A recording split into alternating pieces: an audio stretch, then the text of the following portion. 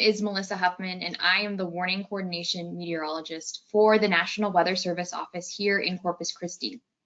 Now, I'm not going to be showing my webcam throughout the entire presentation. That's going to be a little distracting because we've got a lot of great things to cover, but I just wanted to show you who I am and welcome you to one of several SKYWARN spotter trainings that we're actually holding this year. So without any further ado, let's go ahead and get started. For tonight's presentation, just a little bit of background about myself. As the Warning Coordination Meteorologist for the Corpus Christi office, I not only work with our SKYWARN Storm Spotter training, but with lots of education programs in South Texas throughout the year. So we're about to head into our severe weather season, but hurricane season is just a few months away. So just keep that in mind. June 1st is just right around the corner because we are already at the end of February. So taking a look at our agenda, we've got several topics to cover for SKYWARN tonight. We're going to be talking about who the National Weather Service is. So you're attending a National Weather Service training, but it's really good to know who the National Weather Service is and what we can do. We'll also talk about severe weather climatology. So we'll talk about how common severe weather is in South Texas, but if you're joining us from outside of South Texas, we'll also give you a bigger picture view of what goes on around the United States. We'll also talk about some of the tools that we use, instruments, as well as concepts and how we actually forecast severe storms. And we'll also talk about some storm spotting techniques, so how to keep yourself safe as a storm spotter. We'll conclude by talking about how to report what you're seeing, as well as how to do it safely. Even though weather safety is our final topic, it's going to be a recurring theme throughout the entire presentation.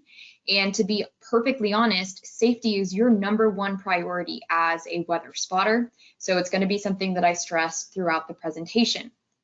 Now, something that I just want to point out is right now you don't currently have any audio control. So you are going to be muted through the duration of this.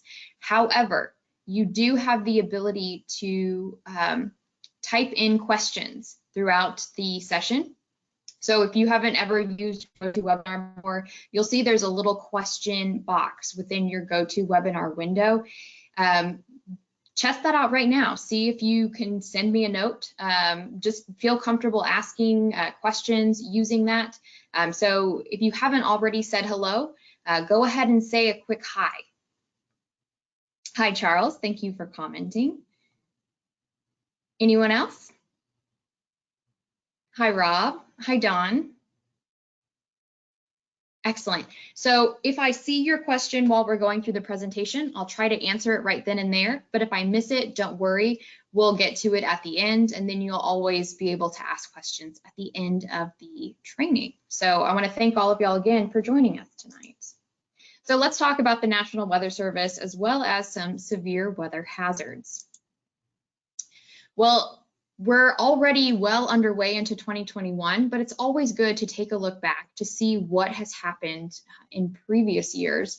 And since we're coming out of an active weather year for 2020, we can take a look to see that Texas was one of the most active states for billion-dollar weather disasters. If you're in South Texas, you probably remember Hurricane Hannah. There were also some hailstorms just north of our region in May of last year. So keep in mind, this is a very active weather region. You can see historic hurricane season unfolded for the United States. So most of the billion-dollar weather disasters that we see, at least in coastal areas, are related to the numerous storms that we saw along both the East Coast and the Gulf Coast. Now, in terms of the National Weather Service, there are 122 weather forecast offices across the United States responsible for providing forecasts to help minimize the impacts from those billion-dollar weather disasters. Now, at the bottom of my screen here, you can see Corpus Christi. That's the weather forecast office for this training, but we've got offices all around the country. So if you're joining us from a different location, try to see if you can find the office that covers your area. In addition to weather forecast offices, we have 13 river forecast centers. So what those 13 river forecast centers do, those are shown on your image with a red diamond. They actually provide hydrologic information about all of our rivers in the United States. So if you live in South Texas, they provide forecasts for the Nueces, for the Guadalupe, for the Rio Grande. But there's river forecast centers, again, that have areas of responsibility outside of Texas. So again, if you're not local to us here in Corpus Christi, there's a river forecast center for your area as well. We also have what's known as a national center, and so those have a much bigger forecast focus. Here in Corpus Christi, we're covering just a few counties in Texas, but national centers are responsible for forecasting for a much bigger area, and they have much more specific weather hazards that they forecast for. So this blue diamond down here in Miami, that's actually the National Hurricane Center, and they do exactly what their name describes. They forecast hurricanes. This blue diamond here in Norman, that's actually the Storm Prediction Center, and that'll be the national center that we focus on a little bit throughout the course of this talk, because they're who we work with for severe thunderstorm forecasting to help get the message out that bad weather may be on the way. So in terms of our area here, that our Weather Forecast Office, or WFO, is responsible for providing forecast services for, we have 15 counties in South Texas. So we basically stretch from Matagorda Bay, the Victoria Crossroads, all the way over to the Rio Grande. We do also have marine forecast responsibilities as well. So we cover in between Matagorda Bay all the way down to Baffin Bay, and then we go out 60 nautical miles. So about 1/3 of our forecast area is actually water. What we do at the National Weather Service is providing a continuous weather watch. So weather doesn't take a break, and neither do we. We're open 24 hours a day, 7 days a week, 365 days a year. So we do everything from issuing weather forecast. So is it going to be sunny tomorrow? Could it rain? All the way to issuing warnings for anything from tornadoes to severe thunderstorms, floods, hurricanes, and lots of other weather hazards as well.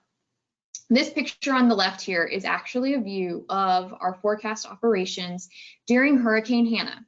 So when we are actually in an active hurricane event, we go to 12-hour shifts, and we bring in everybody to help support providing weather information.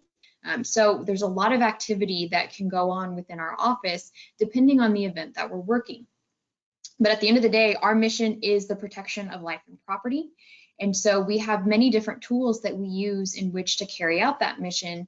One of those tools you can see is here in the center bottom portion of your screen. That's a look at one of the workstations that we use to issue those warnings that I just talked about a few moments ago. So it's team effort, but we all have the same goal, and that's to help keep people safe. So where do you come in as a storm spotter? You actually play a really big role in that mission, in the protection of life and property, because you as a storm spotter help provide detailed real-time reports of severe weather.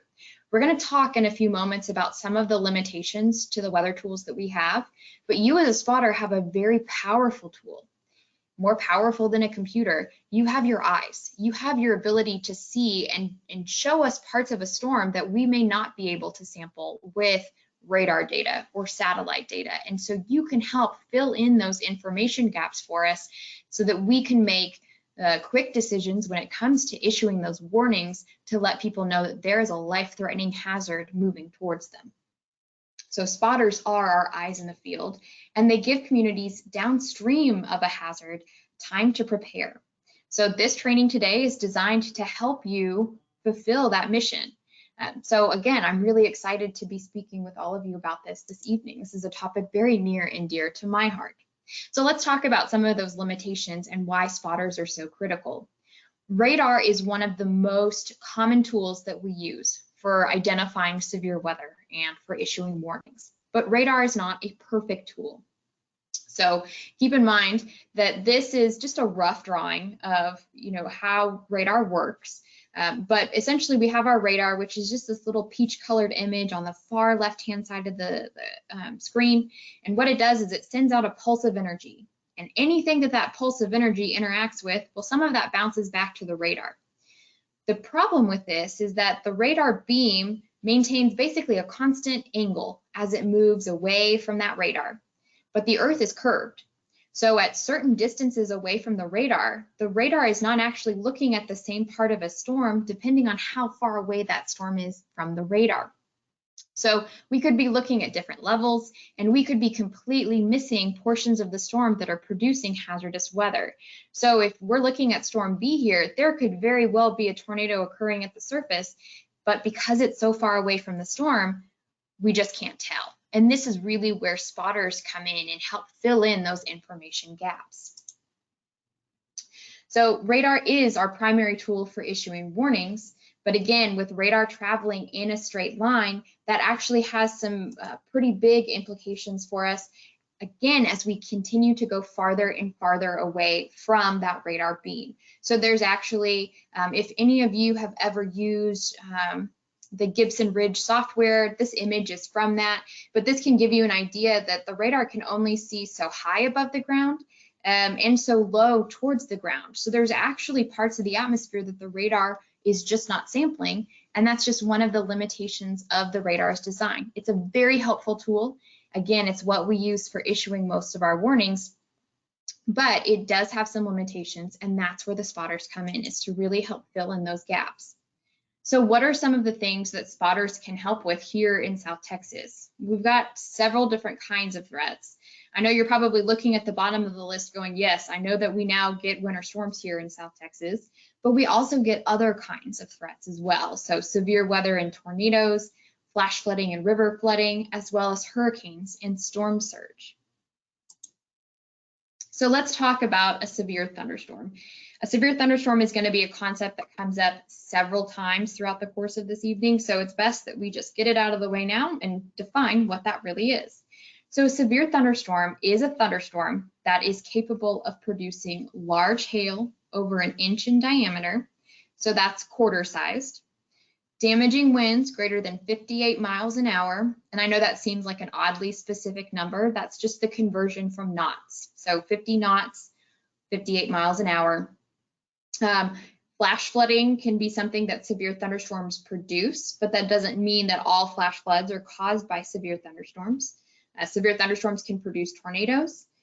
When you're over a marine area, so maybe you're out on Corpus Christi Bay or you're out in the Gulf, you have a slightly lower threshold for severe thunderstorms over the waters, and that's because your marine vessels tend to be a lot more sensitive to the wind. So we issue severe thunderstorms for marine areas. Those are called special marine warnings when winds are 34 knots or greater. So that's roughly 39 miles an hour. Talking about tornadoes, again, this is something that severe thunderstorms can produce. Most of the tornadoes that we see here in South Texas, if we see them, are weak tornadoes. Now, we use a scale known as the Enhanced Fujita scale to assign a damage rating. So a rating for a tornado is something that is only assigned after the tornado has ended, and it's based on the damage the tornado has produced. So there is no way while a tornado is actively occurring, so this tornado that you see right here, there's no way we would be able to assign a rating to it while it is still happening. So just keep that in mind, because that can be kind of confusing for some folks. It typically is on the lower end for causing fatalities, but it still can kill people. They're not very long-lived, usually only about a minute or two, and most of these are not detected by radar. So these are the tornadoes that spotters are absolutely critical in helping us get reports on and issue warnings for. If the road network doesn't support it, though, it can be very difficult to get spotter confirmation. So if you're in a really rural area and there's no roads leading out to where a severe thunderstorm is, it can be very challenging to verify what's actually happening with the storm. So most of these weak tornadoes are often unreported. Now, strong tornadoes, as the winds with a tornado increase, the potential for damage increases with it. Strong tornadoes We can see here in South Texas, it's about 30% of the tornadoes that we see. So not as many as the weak tornadoes, but there still is a sizable chunk. The stronger the tornado is, the greater the potential for loss of life. The greater the potential it is for it to last a longer time. So anywhere from 15 to 60 minutes, much higher wind speeds. These are typically the tornadoes that have very pronounced radar signatures, and there's typically better confirmation for these because these are larger storms, they're on the ground for longer. So most of these types of tornadoes are reported. Now at the very high end of the scale, so these would be EF4, EF5, this enhanced Fujita scale, it goes from a 0 to 5. So the 5 is the strongest damage rating that can be assigned. The good news is they're very infrequent. The bad news is though, they are deadly. They can last for a long time. You can see wind speeds up to 200 miles an hour. They are easily identified on radar. There usually is good confirmation with these. Most are reported, but these are incredibly dangerous. Any tornado is dangerous, but your violent tornadoes are the ones that tend to have the most significant impacts when it comes to human life. Now, we talked a little bit about marine thunderstorms.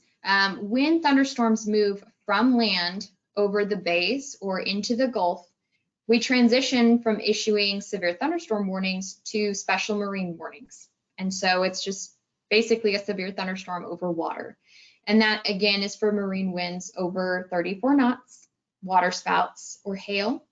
And so on average, we issue about 70 of these a year for our water. So if you're a mariner, you may have encountered a special marine warning at some point within the past year or two. Now the Storm Prediction Center, this is one of those national centers that we talked about a few slides ago. The Storm Prediction Center is a group out of Norman, Oklahoma, that's responsible for providing these big outlooks for days in which severe thunderstorms may be possible. And so this is an example of one of those outlooks. They have a category system in how they rate them, and we'll break it down. So if this is your first time seeing something like this, don't freak out, we'll talk through it. But essentially what this does is it tries to highlight areas in which the greatest coverage of severe thunderstorms are possible. So the higher you go up on the scale, so a moderate risk or a high risk, that means that that's the highest anticipated coverage for severe thunderstorms within the area that they draw. It's not a guarantee you're going to see severe weather. It's just the best chances for the highest coverage is going to be within that area. Now, these are issued several times a day, and they're also issued several days in advance. So if you are ever interested in seeing what we're looking at for any kind of risk here in South Texas, you can always check our webpage at weather.gov/Corpus Christi or CRP, which is our office identifier. And we will be posting information about this in advance of severe weather events within our area. But again, the whole intent of this image here is to give you a sense of areas that have these really warm colors have the greater potential for seeing thunderstorm coverage during that period of time. And so these outlooks are issued for a day. So to understand these severe thunderstorm outlook categories, you basically will have areas drawn on the map to provide an idea of that coverage again. So general thunder is drawn on the map with a very pale green. Severe storms are generally not expected. Any thunderstorm could still produce gusty winds and small hail, but this is not typically associated with severe thunderstorms. Now, as we start to get into the named categories, which are marginal, slight, enhanced, moderate, and high, there's some numbers here too to give you a sense of the relative coverage associated. So the highest coverage is expected with this 5 or that high category. It gives you an idea of how many severe storms may be possible. So you can see at the bottom here, isolated severe storms are possible all the way up to numerous severe storms. To be perfectly honest, moderate and high are not very common for us here in South Texas, and that's because the more potent weather systems tend to stay north of the region. But we have had several enhanced days here in South Texas. We had one last spring. And then we actually do have an example of an event later on in the presentation that was also an enhanced risk day. Again, this is just giving you a sense of overall severe thunderstorm coverage. So how do we work with the Storm Prediction Center? They are putting together severe weather outlooks over a few days. And so that's something that we coordinate with them on. If we think that there's an increased risk in South Texas or vice versa, we will have discussions about that, and they'll incorporate our feedback and also provide guidance on what they're looking at.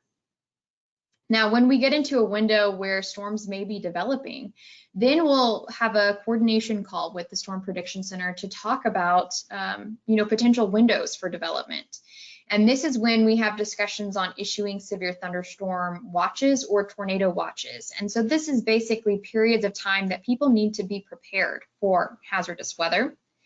And then when we get into the period of time in which thunderstorms are developing and severe weather is occurring, then it's all on the local forecast office, and it's all on our office to be issuing the warnings.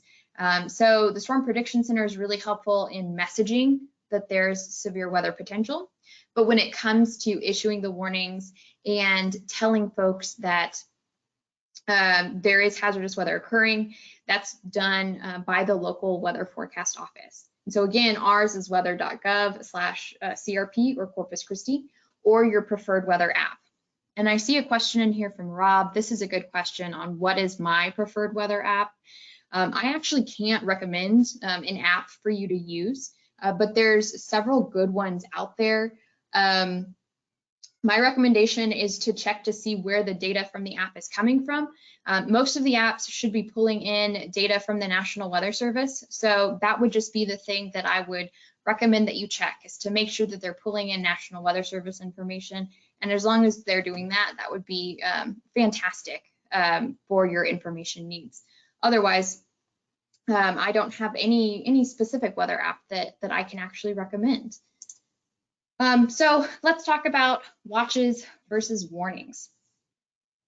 So we talked about how the Storm Prediction Center will coordinate with our office on watches. And so a watch is just highlighting a period of time in which people need to be prepared. So essentially what we're doing when we're issuing a watch is we're saying anywhere within this time period, severe weather is possible, so you need to be ready to either take shelter or move to a different location. So let's say you're outside, there's a baseball game going on that day, and you know that there's a severe thunderstorm or tornado watch out. Chances are there's not too many places to shelter at a baseball field. So that would be something, okay, maybe we need to be looking at when to leave, when to go home, when to get to a safe place that will protect us from something that a severe thunderstorm may produce. Now, when a warning is issued, a warning means that something is happening, that a threat is imminent or occurring, and that you need to take action. So watch, basically conditions are favorable. Warning, you got to do something. It's go time. I know that can be a little confusing. We'll reiterate that a few times throughout the presentation, but if it still isn't clicking, we can work through it at the end of the talk. So we're moving into our severe weather climatology right now. What this map is showing you is areas of the country that are most commonly see some kind of risk category. Here we have a categorical slight risk, but basically that tend to see these risk days from the Storm Prediction Center, or these days in which you have that chance for seeing some kind of severe thunderstorm coverage. So the warmer the colors are, the greater the potential for coverage. So just kind of fun fact here, I love thunderstorms and I love tornadoes. And I actually went to school at the University of Nebraska-Lincoln, which is just kind of right in here. So I got to see a lot of severe thunderstorms when I was in college, which was great for me because that's one of the things that I really love to learn about. The good news for us here in South Texas is that it's not a common event, but just because it's not common doesn't mean that it can't happen and that it can't produce damage. So it's one of those things that when we have a slight risk or any kind of risk over our area, it's really important to pay attention. We're moving up one risk category here for an enhanced risk. So the higher you go up, this would be essentially like a category 3 rating on that that chart that I showed you that had those numbers, the 1, 2, 3, 4, and 5. So a slight would be a 2, a categorical enhanced risk would be a 3. It's basically just saying more coverage. That potential is highest across Oklahoma and into the Arklatex. Now, I know that it probably sounds a little bit weird that it was a big dramatic shift. We haven't really been issuing enhanced risk for a very long time. I believe they started in 2014. So we're looking at a slightly different time period for this. So you're going to notice some shifts in some of the data. So just keep in mind the enhanced risk are actually a relatively new thing. So if you're thinking about, I'm not sure if I'm really familiar with that term, keep in mind we've only been issuing it for a few years now. Now, talking about a severe thunderstorm watch event count by office, this is through the year 2020. So throughout 2020, we had 7 severe thunderstorm watches issued for our office. Brownsville to our south had 4, Houston, Galveston to our northeast had 7, Austin, San Antonio to our north had 19. So essentially the farther north you go, basically staying within the Great Plains, it tends to be a really active area for severe thunderstorms. But even though we only had 7 severe thunderstorm watches, we issued 99 severe thunderstorm warnings. So even though we didn't have very many watches overall compared to some other offices, we did have some pretty active watches going on. So something to keep in mind when those watches are issued, that's when you have to be prepared to think about, okay, if a warning's going to happen, what do I need to do? In terms of when we typically see severe weather here in South Texas, we definitely have a peak, generally in the afternoon hours. So really anytime between 3 p.m. to 9 p.m., that's usually the sweet spot for us to see severe weather. And that's generally because that's when we've been able to get the most heating, which is really good fuel for any kind of severe thunderstorm development. Usually once the sun sets, we begin to lose heating. That's when we typically taper off. And when we're at the coolest part of the day, anywhere between that 3 a.m. to 9 a.m. window, that's typically when we see our minimum in severe thunderstorm activity. Now, in terms of tornado watch event counts by office in 2020, we were very fortunate in that we only had 2 tornado watches throughout the year. We did have 27 tornado warnings issued though. And I'm curious if anyone can think about what some of the events were that may have produced those tornadoes. You can just use the question window in your GoToWebinar box if you have an answer. I'll just wait a few minutes if you have anything. I see Rob answered Hurricane Hannah. You're right on the money, Rob. We'll get to that in just a few moments. In terms of time of day frequency, we typically see our peak here anywhere from the morning hours into the afternoon and early evening. Your morning tornadoes, those can usually be, waterspouts moving inland from the coast. The morning is usually a favored time of development for any kind of waterspout. So if those move inland, that's why you typically see a little bit of a peak in the morning. But the main peak is definitely in the afternoon and evening, again, when we're taking advantage of all of that good heating from the sun. So Rob, this slide is for you. So this basically highlights when we issued any tornado warning throughout the past year. And you can see we had a period where we issued about 20 tornado warnings, and that was all from Hurricane Hannah. Landfalling tropical systems tend to be very prolific tornado producers. And so even though we're talking about severe weather season and primarily focusing on the spring, for us here, tornadoes can happen pretty much any time of the year, but we also do see a peak during hurricane season, especially if we're dealing with a storm. So one of our final warning reviews that we'll have for our climatology section is just taking a look at our marine warning event count. I told you that we average about 70 a year. Last year we came in under average with about 56. But keep in mind, these marine warnings are just for our coastal waters, so the bays and coastal waters up to 60 nautical miles. So you're not going to see a special marine warning issued inland, but those are for severe thunderstorms, again, over the waters. So let's talk about some of the weather instruments that we use, as well as some concepts and severe storms. Now, we've already talked about some of the limitations of Doppler weather radar, but there are some really big benefits to Doppler weather radar. In fact, we just had a generator replacement on ours to make sure that it stays up, not just through the remainder of severe thunderstorm season, but also into hurricane season. So we have 155 of these radars nationwide.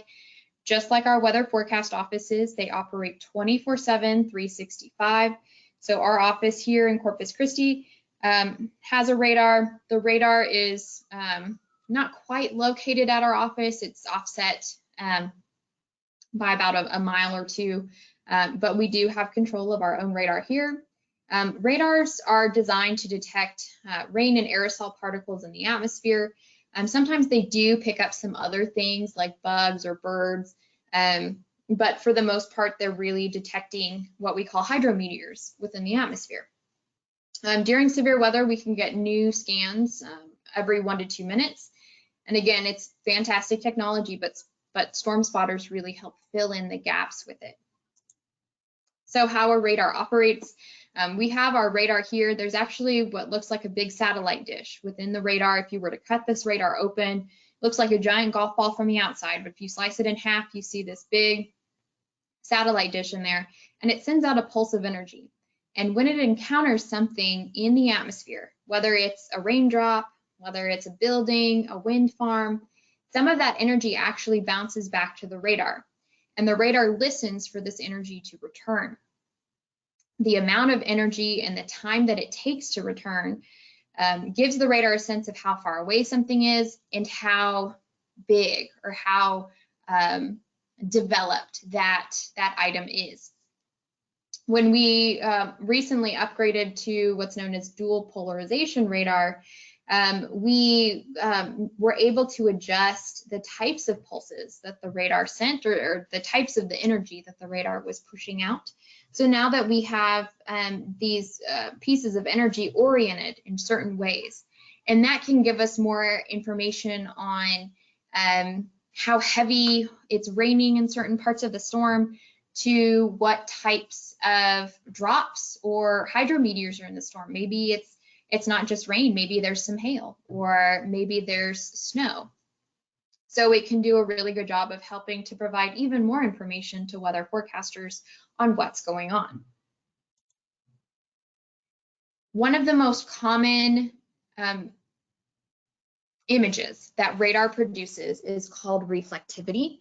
So if you've ever been watching the news, you've probably seen this image. This image, it basically looks like a whole bunch of rainbow colors when there's a lot of rain going on. The more intense storms are going to be shown by warmer colors. So that's essentially what we have in terms of higher reflectivity values. So these values here are called reflectivity values, and it's just basically saying this is how much energy was returned to the radar. White and pink in the images usually indicate hail, and cooler colors can indicate lighter rainfall. So within this image, the more intense part of the storms, your eye is probably already drawn to these reds and oranges in here. And then the lighter colors, these blues and these greens, those are areas of lighter rain within this developing line of storms. Now, another image that sometimes you'll see on the news, or if you have any way that you like to watch radar, is a velocity image. And what the velocity images do is there's several different flavors, but when we're talking about what's called a base velocity image, it's telling you how the winds are oriented in relation to the radar. So if you see warm colors, it means that winds are moving away from the radar. And if you see cool colors, it means that those winds are moving towards the radar. So when you see these warm and cool colors really close to each other, really tightly packed, that can be an indication of maybe some rotation within a storm. So there's, depending on other environmental factors, a chance that a tornado could be there, but it would still need to be confirmed. And so this is where spotters can be really helpful on, we think environmental conditions are favorable for producing a tornado in this location. We're going to go ahead and issue a tornado warning for it, but spotter confirmation of what the storm is producing can be incredibly helpful in future warning decisions. We also use something known as satellite to help fill in some of those gaps that radar doesn't always cover. And one of the most recent advances we have is with the GO-16 satellite. This was launched in November of 2016, so hence the 16 at the end of GO-16. But it was launched at the end of November, or sometime in November 2016, and it was essentially like upgrading our current satellite system from black and white television to high definition color TV. And this is actually an image of Hurricane Harvey, and you can get imagery as quickly updating as every minute. So you can actually see, look at the eye wall around Harvey. You can see a very clearly defined eye. You see all of the spiral rain bands extending out from the hurricane. So this can provide some really good information, especially across the tropics, where we just don't have a ton of weather equipment that's able to sample what these storms are producing. We also do something known as a weather balloon launch, or we launch a radio sonde. And we've got 92 locations around the United States that launch these weather balloons twice a day. And so what the video on the right is showing you is a balloon release in advance of Hurricane Hannah. And so what we do is we actually have a little box of weather instrumentation attached to it. And I'm going to show this video again, just so you can watch it. But we have this balloon that we fill up. We tie a weather instrument to it, and you may be able to see it. It's just it looks like a little white box. There's a parachute attached to it, but this box that has weather instrumentation with it is designed to collect information about winds, about temperature, about moisture, and all of the information that collects gets plugged back into a system of complicated equations known as a weather model.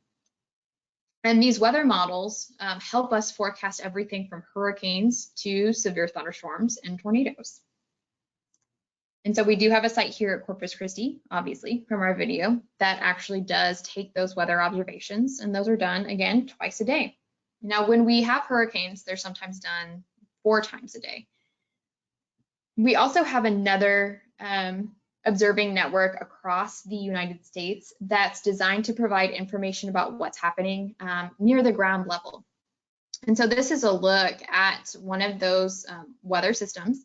And if you have ever flown out of an airport, chances are you have probably seen what one of these systems looks like. But they also collect a lot of information. They collect temperature and moisture and wind, but they also collect some other pieces like sky cover and visibility to give us a sense of what's happening around the country at a given period of time. So this is a look at, weather observations around Texas, and this is actually from, it looks like 2010. So you can get information all around the world or all around the country and just by Googling it. But the Storm Prediction Center's webpage is a really good way to actually collect this surface information if you're curious and you want to keep track of it on your own. So let's talk about thunderstorm ingredients. What are some of the things that we look for to anticipate thunderstorm formation? Recognizing that all of the tools that we've talked about so far help us understand when these ingredients are in place. So thunderstorms they actually have 4 ingredients, but we're only going to talk about 3 right now. We'll talk about the bonus 4th one in a few minutes. But thunderstorms need a few things to form. To get a thunderstorm, it's kind of like baking a cake. You need certain ingredients and you need certain amounts of them to even get anything to happen. And those ingredients are instability, moisture, and lift. So on this image here at the left, we've kind of highlighted where some of these features may be located, but let's talk about them a little bit more. So when we're talking about instability, we're basically talking about the tendency of air to keep rising after it's been lifted. Basically, if we nudge a bubble of air, will it keep rising? Will the atmosphere let it keep rising? And that's usually as a result of things that are warmer than the surrounding air will actually keep rising. So it's really to help us get a sense of, will air rise at all on a given day? The greater the instability, the greater the potential for severe thunderstorms. The easiest way to think about this is on the days when you've experienced the worst thunderstorms, did you notice that the thunderstorms look really tall? Well, that's all a function of instability. Those really tall thunderstorms were able to grow tall because there was a lot of that tendency to move upward. That air was actually able to move upward on that day. Not every day is like that. One of the things that you may hear meteorologists refer to, if you ever check our website and read our area forecast discussion, you'll see a reference to this. But that would be something that's known as CAPE. That's just what this image here, it's convective available potential energy. And that's just a big, long term to give you a sense of the warmer the colors are in this image, the greater the tendency is for air to rise once it's been disturbed. So the greater the potential it is for thunderstorms to develop if something can get them lifted. Now, moisture is basically the source of fuel for a thunderstorm. You can't have a thunderstorm without clouds. And how do you get clouds? Well, you have to have enough moisture to get any kind of water to condense into a cloud. Our main moisture sources here in South Texas are the Gulf of Mexico, but we can actually pull in moisture from the Pacific Ocean. That's usually not low-level moisture, though. That typically feeds into the higher levels of the atmosphere because it has to cross the higher terrain of Mexico. But when we do pull in moisture from the Pacific, that can be a really good ingredient for a heavy rain event. Now, winds will transport that low-level moisture inland, so that's why the Gulf is one of our big sources of moisture. Our prevailing winds are usually out of the southeast, so we basically just draw in a whole bunch of Gulf moisture on a regular basis. And this fuels thunderstorm development. So convection is rising motion, and that's what we are concerned about, right? Because once you have enough moisture, you got this bubble of air with a lot of moisture in it, and something nudges it and gets it to rise. Well, as it rises, it does cool a little bit. And as it continues to cool, all of that water vapor, or the gaseous form of water, begins to cool and condense with it. And once it condenses actually into water droplets, that's when we begin to see our cloud to form. It's pretty neat when you see all this stuff come together. Our final thunderstorm ingredient, but not final, because remember we have 4 ingredients. The final ingredient that we have right now is lift. And lift is that nudge to get that bubble of air to rise. So lift, all it is a mechanism to initiate an air parcel to rise. I know this sounds like a college class, but all it is a nudge. All it is just getting that bubble of air to go up. And you can have anything that can get that bubble of air to rise. It could be a cold front. You can even have warm fronts that help get air to rise. Dry lines, that's typically something that we see out in West Texas, which is basically a separation between dry air and even drier air, or anything like sea breezes. So we get a sea breeze here typically in the late spring and summer months, and that's basically a little, kind of acts almost like a little mini cold front that moves inland. You also can have outflows, and so that's basically when thunderstorms produce enough cold air that it sinks out of the thunderstorm, hits the ground, and begins to move away from the thunderstorm. So that can also be another source of lift. So let's talk a little bit about thunderstorms in general. So the thunderstorm life cycle, thunderstorms undergo 3 stages. They have a towering cumulus stage, which basically kind of looks like a biscuit, you know, developing and starting to get all big and fluffy. A mature stage, this is when the thunderstorm is the strongest. So in a towering cumulus stage, it's all rising air. It's all updraft. And we'll talk about updrafts and downdrafts in just a moment, but just keep in mind, the beginning stage, all updraft, all rising air. The mature stage, your updraft continues to rise, continues to help the thunderstorm grow, build. This is when the thunderstorm looks the scariest. Eventually rises to a point where the air cools in that updraft enough that it begins to fall out of it. So that falling air, remember how we talked about the outflow boundary? That can be one of the situations in which an outflow boundary is produced. But that air cools to a point where it then begins to sink. It's too heavy for the updraft to support it anymore. Any of the moisture that cooled within that updraft also falls out of it, and that produces what's known as a downdraft. So an updraft is rising air, a downdraft is sinking air, and within this downdraft, you can have everything from rain, hail. There's a lot of stuff that happens in the downdraft. And eventually, the downdraft becomes so overwhelming that the thunderstorm does what we call raining itself out, or it basically cuts off any kind of additional fuel for the thunderstorm. So it's like all of the exhaust for the system takes over. When we're talking about severe thunderstorms, though, if we have this final ingredient of wind shear, that makes things a little more interesting, because with our thunderstorm life cycle, you have the updraft, you have the downdraft, and then eventually the downdraft takes over the updraft. What wind shear does is it provides a little bit of tilt to your thunderstorm, and that keeps the updraft and the downdraft separated. Why is that important? Well, it actually allows your thunderstorm to exist for a longer period of time, so that you're continuing to feed, you know, warm, moist air into the thunderstorm, that it's going to cool, it's going to have the water in it condense, but it's not going to fall back into that updraft and choke that updraft out.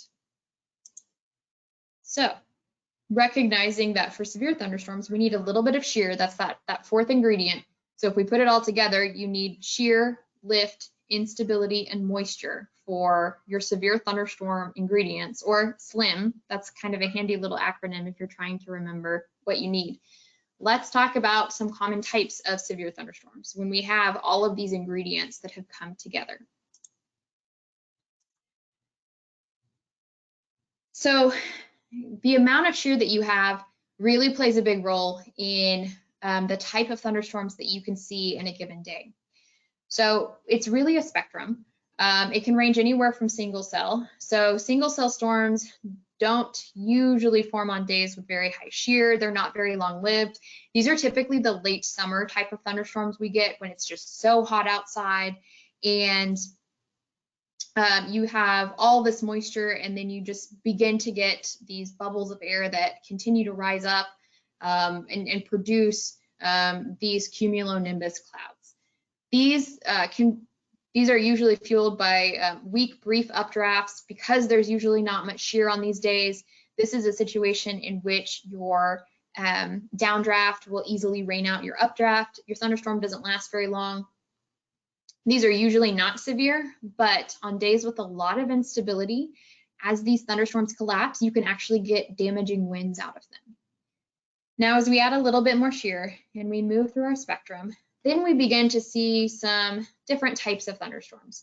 So a multi-cell cluster or line, these are spotter pictures of what those may look like.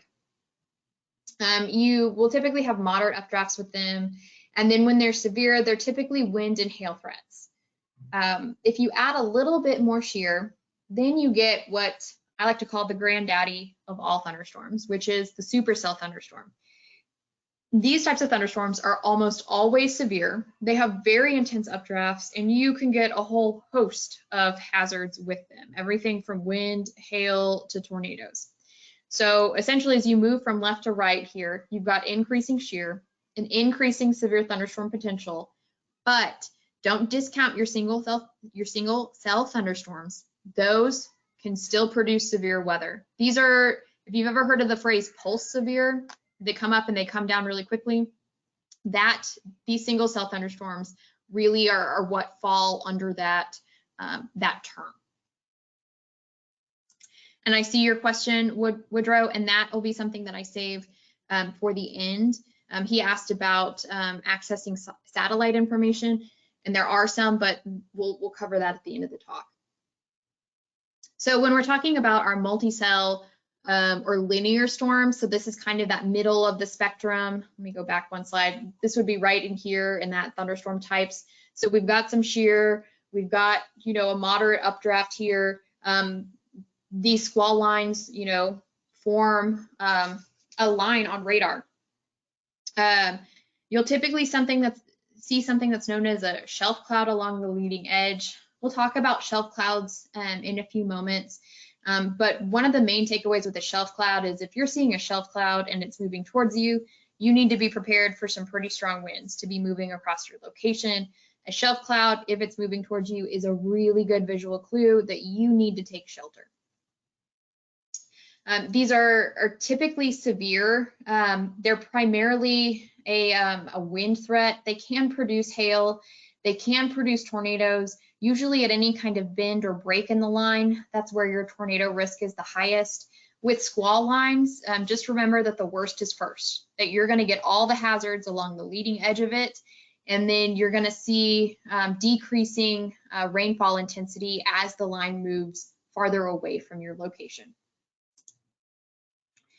Now, we have some radar terms that are interspersed throughout this talk.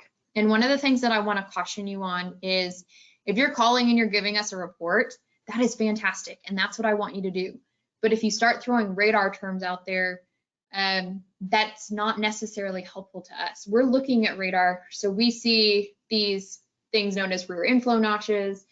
We'll talk about a bow echo. So we're seeing all of these things. We want to know what you're actually seeing with the storm. So this is just to give you some references, but a helpful report is not, hey, I'm looking at a rear inflow notch right now. A helpful report is, hey, in this area where you have the rear inflow notch, I'm noticing, you know, winds of 70 to 80 miles an hour or lots of downed trees.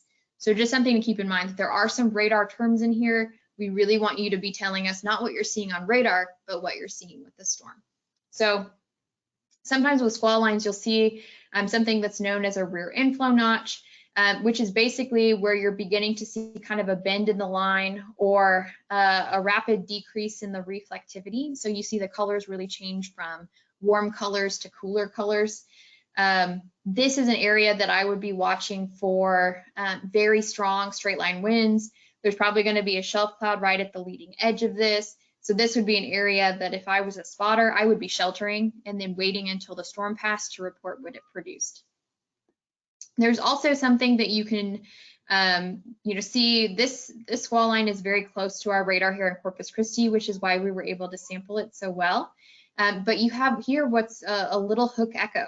And so with this hook here, you can absolutely have tornadoes that get produced along the leading edge of these squall lines.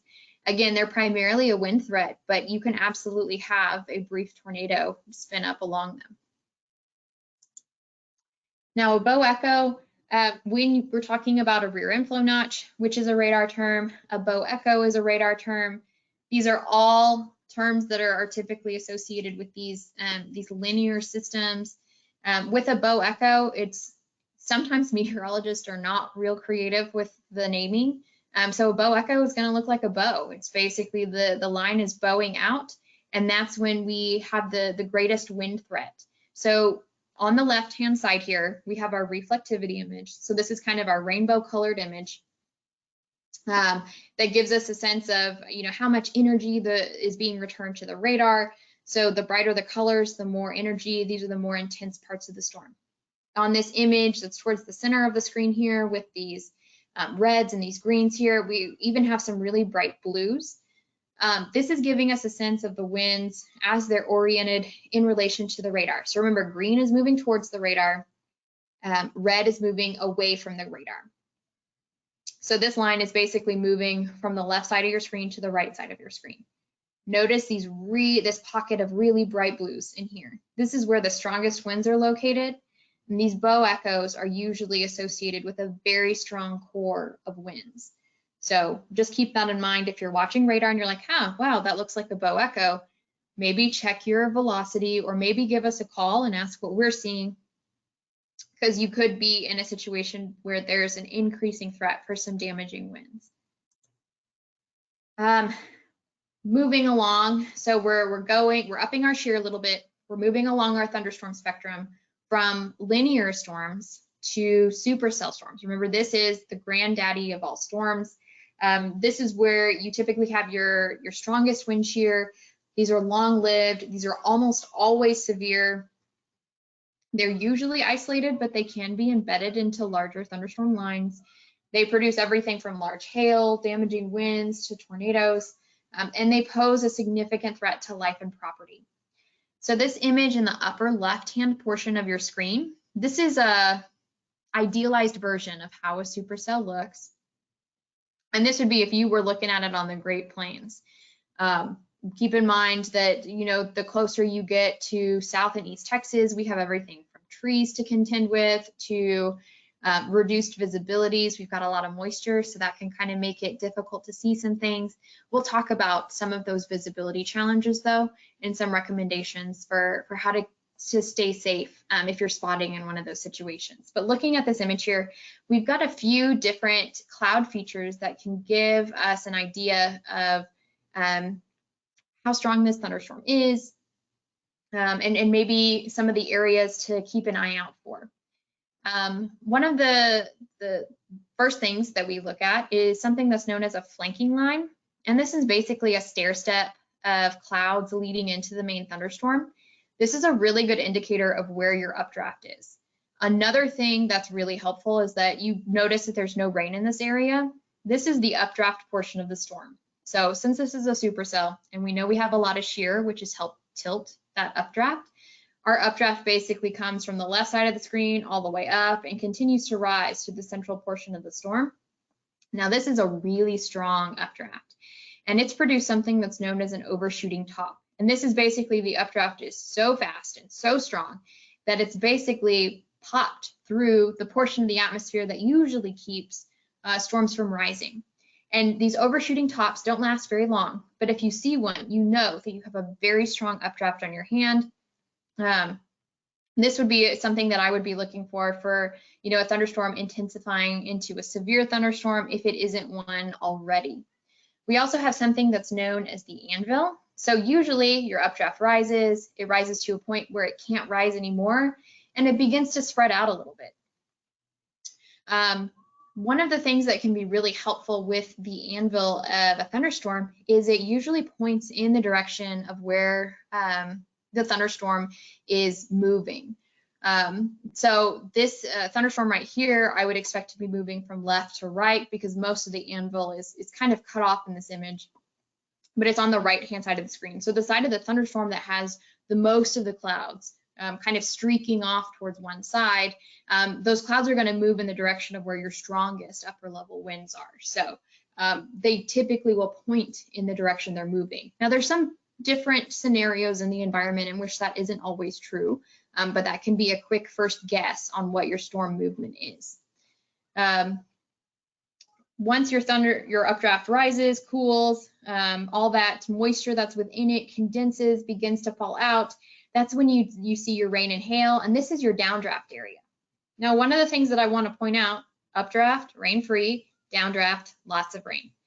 The intersection of your updraft and your downdraft, that's the action area. That's when you can see a tornado.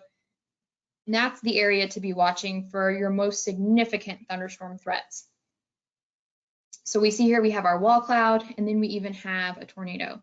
So the updraft, downdraft area, again, action area, that's where you want to watch for tornadoes. But rain and hail, that's going to be falling in your downdraft area. This bottom image here is just a radar look at a supercell. So, you know, for the example here, you know, this could very well be the radar image of this thunderstorm. We have this little hook echo. This is basically where we're beginning to get a portion of the storm wrapping around the updraft. And we see You know, we've got some brighter reflectivity colors, some reds oriented against our greens. So we've got some movement in our winds. We've got some winds moving away from the radar and some winds moving towards the radar. Just because you see a hook echo, though, it doesn't mean that it's always producing a tornado. There's some other environmental factors that have to be there. But this is just giving you an idea of, you know, maybe what the radar presentation looks like for a supercell thunderstorm. Here's another example. There was a tornado in North Dallas about a year and a half ago. This was a very strong tornado. And you can see it has a hook echo on it. You've got very bright reflectivity colors. If you're familiar with using dual polarization radar at all, this product in the bottom here is known as correlation coefficient. And this can give you an idea of if there's any kind of debris associated with the storm. But these are some of the images that meteorologists will use to actually assess what a storm is producing before they get any kind of reports on it. This is another diagram of a supercell. This is looking at it if you were looking at it from above. So if you were standing over the supercell and looking down at it, you have that flanking line. So remember that stair step of clouds leading into the storms. You've got your anvil here associated with it. You've got your downdraft. This is your forward flank downdraft. This is where your hail and your rain is. This is an updraft location here. So you've got this nice, like, warm, moist air feeding into it. And so where that updraft and that downdraft meet, that's your action area. We also have something here where you see a rear flank downdraft. The rear flank downdraft, it's thought. There's still research being done onto some of the finer details of tornado genesis, but it's thought that basically winds coming into the back of the storm are forced down, and that's what causes this rear flank downdraft. For those of you who are really into thunderstorms, this rear flank downdraft is absolutely critical into helping with tornado formation. So you can actually have multiple downdrafts with a supercell thunderstorm. I don't want that to be confusing. Main takeaway from this is updraft, downdraft, action area. So let's talk about some of the ways that you can position yourself to make sure that you are spotting safely, especially if it's with a supercell thunderstorm. In this image here, the supercell is moving towards the upper right portion of the screen. So we have our forward flank downdraft area, we've got our rain, we've got our hail, we've got our updraft area, you know, mixing in to where that forward flank downdraft is. We got that rear flank downdraft, that air being forced downwards, kind of wrapping around the back of the storm. So where the updraft and the downdraft meet, this is the action area. This is the area for us to be keeping an eye on when it comes to any kind of tornado potential. So if you're watching the storm, the best area to watch the storm from is going to be from that updraft location. And if you missed it, keep in mind the updraft is not going to be visible on radar. So you're really not going to see anything where the updraft is located. The best place to be in is going to be far enough away from the storm, usually 3 to 5 miles. And that gives you enough wiggle room where you can see what's going on in the low levels, but you're not so close that you won't be able to escape from the storm if the motion changes. If you're spotting from the forward flank downdraft, you're going to be looking through rain and hail, and you're not going to be able to see much of anything. You'll be able to get some hail reports from it, but you won't know if there's a tornado towards the back part of the storm that could be moving towards you. You really don't want to get super close to the storm. Again, it's really important to know which way the storm is moving. You just don't put yourself in a situation that you can't escape. So make sure you know if you are out spotting from an unfamiliar location, make sure that you know how to get out of that location that you're spotting from. So let's talk about some common cloud features with severe thunderstorms. Most important thing you can learn as a storm spotter is to tell the difference between updraft clouds and downdraft clouds. So that's what we've already kind of talked about, updrafts and downdrafts, that rising air versus that sinking air. But it's also important for you to be able to use clouds to identify supercell storm features, because that's going to give you an idea, am I looking at a severe thunderstorm, as well as clouds that may indicate that tornadoes are forming. So our updraft versus downdraft. Again, this is just another way to help reiterate the difference between these two features. So with an updraft, you have air moving upwards, and it's like a vacuum cleaner for heat and humidity. It's continually pumping fuel into the storm. There's no rain within the updraft area. If there is a tornado, it must occur here. Remember, it occurs where that updraft and that downdraft meet. And it only takes up about 10 to 20% of a mature storm, so it's not very big. The downdraft is air moving towards the ground. It represents the outflow or the venting of the storm. Basically, all of that cooled air that the storm's no longer using to fuel itself, it's got to go somewhere. So it goes down and out. This is where all the rain and hail falls. There's no tornadoes here, and it makes up most, about 80 to 90% of a mature storm. That's why you see most of that on radar. So this is just another look again of a supercell thunderstorm. We've already gone through the diagram of this. Here's your updraft area, that rising air. We've got our flanking line, downdraft, that cooled air, all the moisture in it's been condensed. And so we have heavy rain falling out. And this action area is where the updraft and the downdraft meet. So cloud features.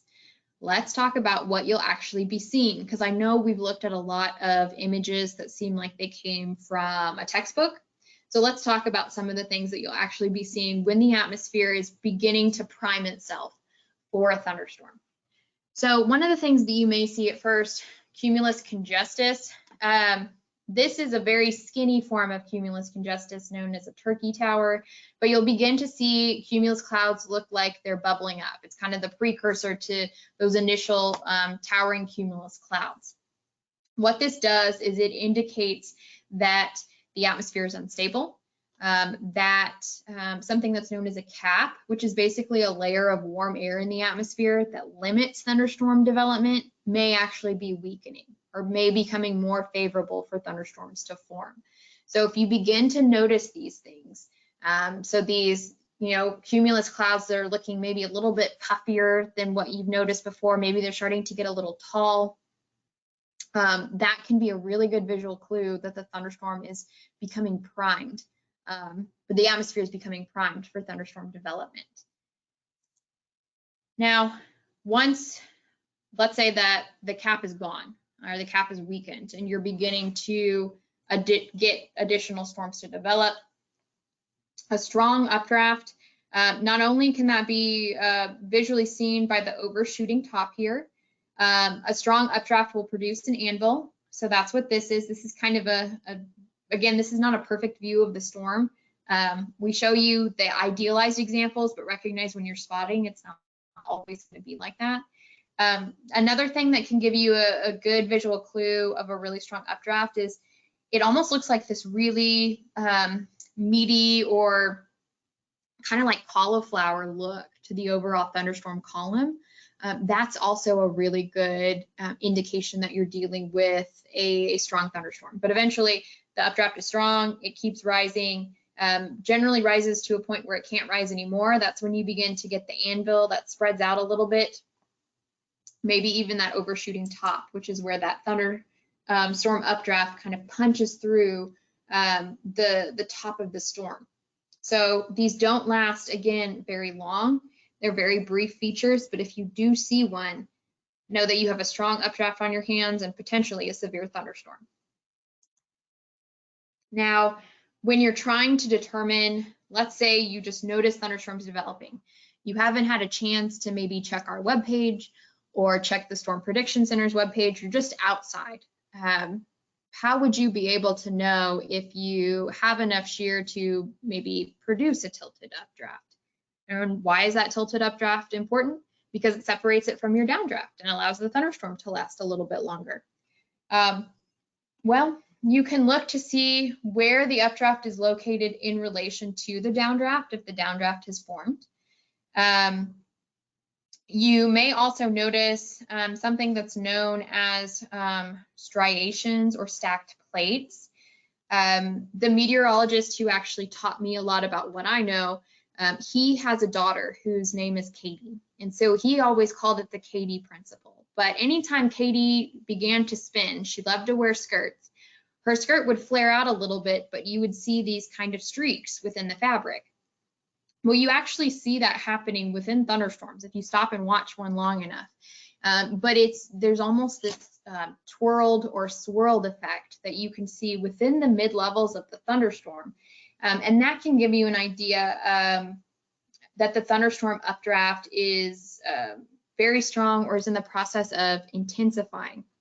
If the thunderstorm has any kind of spin to it, I mean, it doesn't necessarily have to be the low-level spin that produces a tornado, but that spin actually causes the updraft to move faster and be even stronger. So if the updraft is this vacuum that sucks up all of this warm, moist air, getting it to spin only causes it to fuel itself even more. And this rotating updraft is called a mesocyclone. Now, this is a look at essentially if we were kind of looking down at a thunderstorm again of a tilted or rotating updraft. So let's just kind of break this down here. So this part of the thunderstorm where we kind of have these clouds kind of stair-stepping into it, you can just use your chat window for this.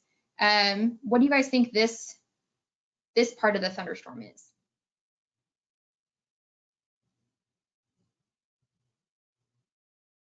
And it's okay if you don't know, because this whole training is like trying to take a drink out of a fire hose. Yep, yeah, so updraft is absolutely right. So the flanking line represents where the updraft is. So you have the updraft feeding into the storm here, but you also have this part, this upper part of the storm that kind of spreads out. What is this upper part of the storm called? It's a little bit easier to identify it if you're looking at it from the side, but the anvil. That's right, Charles, you're crushing this. Within this anvil area, you're going to have your downdraft. Remember that kind of idealized view that we had, you know, looking at our supercell. So you're going to have your updraft down here. Your downdraft, your forward flank downdraft is going to be over here. So we have it separated. You can actually see maybe a little bit of rotation kind of within the satellite image. So that just lets us know that we have a very strong updraft. We can watch the satellite loop a few times to see if we can kind of pick out any overshooting top. We have some kind of bubbling up in here, but it's a little difficult to say.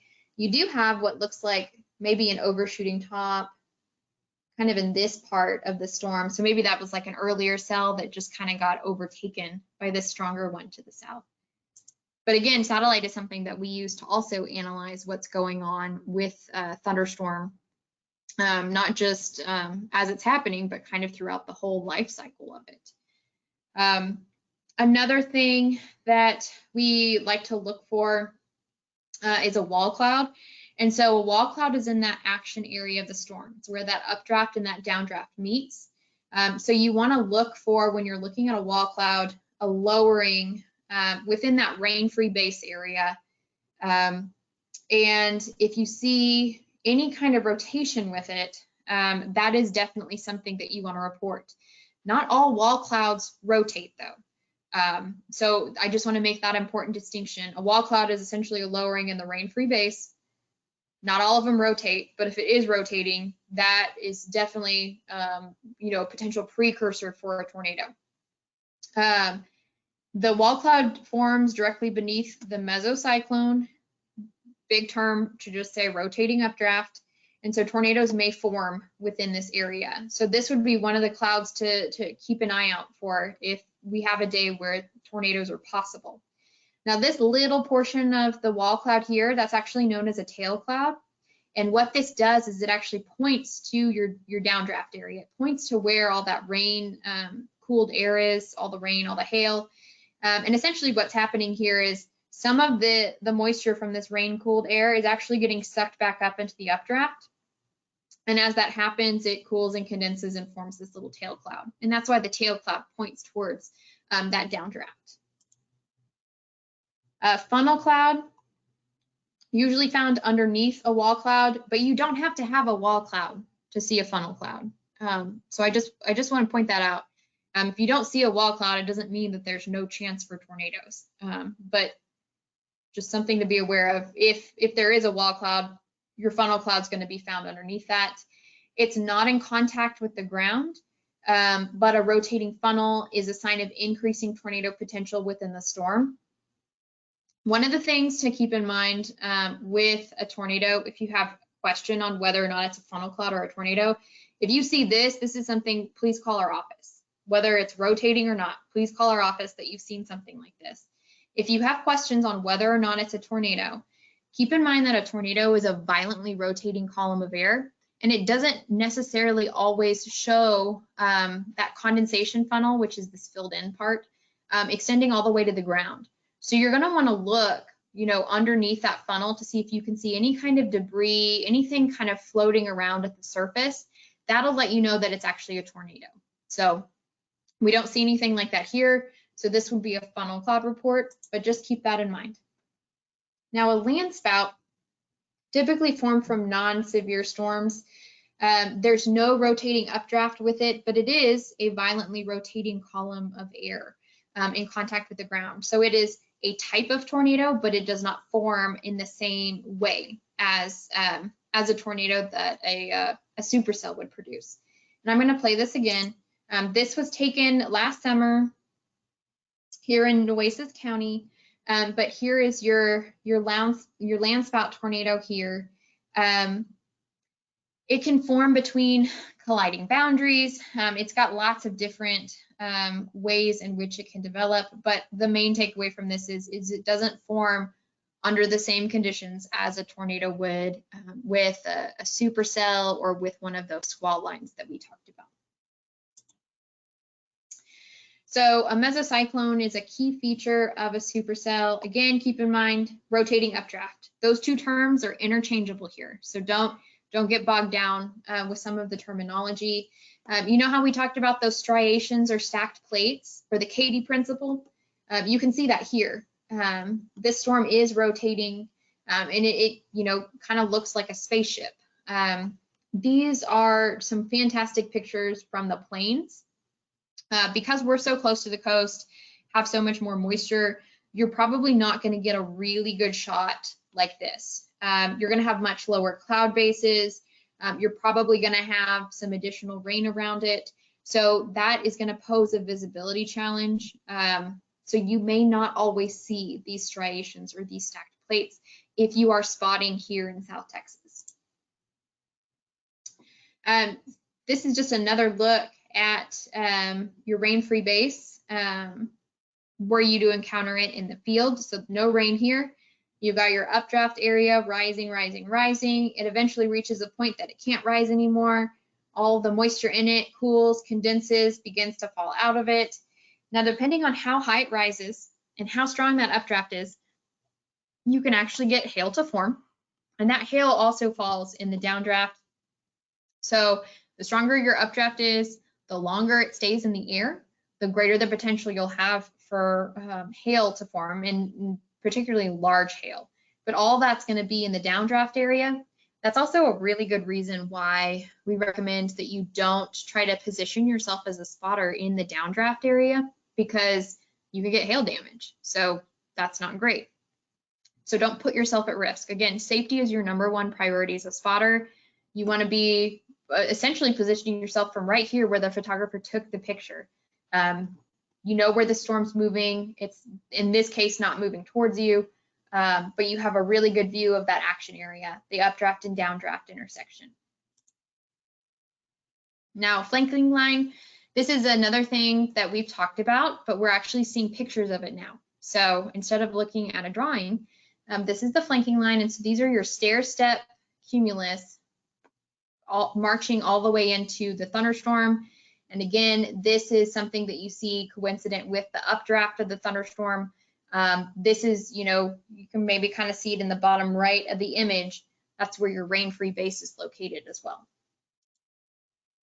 Mammatus clouds, these will be formed by sinking air. They look like little pouches.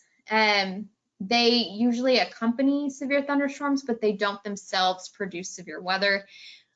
This is something that is kind of can be considered a scary looking cloud in that it provides a really good picture, but it's not going to produce any hazards at that location. They're typically on the underside of the anvil. There's also something known as a downburst. This is not necessarily a cloud feature itself. This is actually a type of downdraft. A downburst is a really concentrated area of wind. So we know with the downdraft, we have sinking air. A downburst is a lot of sinking air. That happens very quickly. And downbursts come in two flavors, a microburst and a macroburst, and that just refers to the area that they affect. The image on the left is the initial stage. This is actually a really fantastic picture. If you attend any other SKYWARNs, I would bet money that you might see this picture in there because it does such a good job of showing the initial stage of a downburst.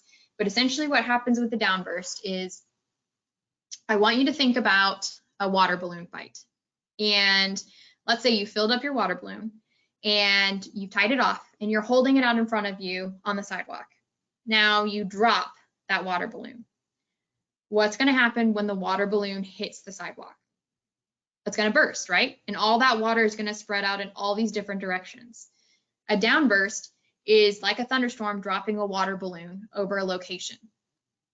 So you have this essential, ball of sinking air. It's moving really quickly, and when it hits the ground, it's going to spread out, and it's going to produce some really strong winds when it does so. So you have this rain-cooled moist air falling down, hits the ground, and spreads out. Now this impact stage, when it hits the ground, that's the time of the strongest winds at the surface. It's a huge danger to aviation. In fact, there was a very famous plane crash, I believe it was Delta 191 at DFW in 1985 that was caused by a downburst. This is a very significant hazard, again, to aviation because it causes such a dramatic wind speed and direction change over a small area.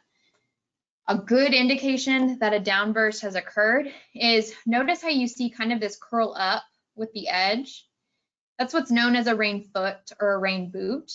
And I would be looking for very strong winds kind of right in this area. These are going to be spreading away again from the thunderstorm. So if you see this happen and it's getting closer to you, I would be expecting again to see some stronger winds at your location. Here's a look at these thunderstorms. Some thunderstorms near, I can't really see the radar name. I think it's St. Louis, but I'm not 100%. Your microburst signatures, you see these really bright colors moving away from each other. So the green is moving towards the radar, the red's moving away. You can see both of these colors are moving away from each other. So it's basically wind spreading away from that central location.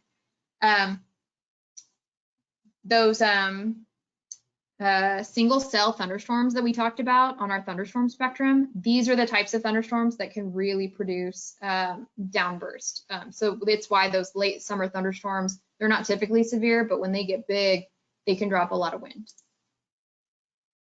We also have shelf clouds. So these are clouds that are on the leading edge of your stronger winds, that gust front, and they're going to point away from the rain. So again, if this is moving towards you, with safety being your #1 priority, it's time to take shelter. This is not something you want to measure the winds on the leading edge. It's absolutely okay. I recommend that if you are in a situation where you could be facing a thunderstorm hazard, move to shelter, let the hazard pass, and then report what you see after the hazard has cleared your location. So let's talk a little bit about what we're seeing. So I've got two images here, an image on the left and an image on the right. And I want you to help me figure out if this image on the left is a shelf cloud or a wall cloud. So I'll wait a few minutes for that. You can just use the question window in your chat function.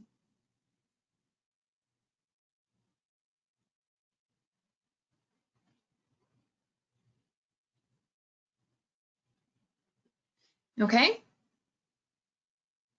So Rob and Charles have both said shelf cloud, and Rob and Charles are 100% right. So this is our shelf cloud. Now, what do we think this image over here on the right is?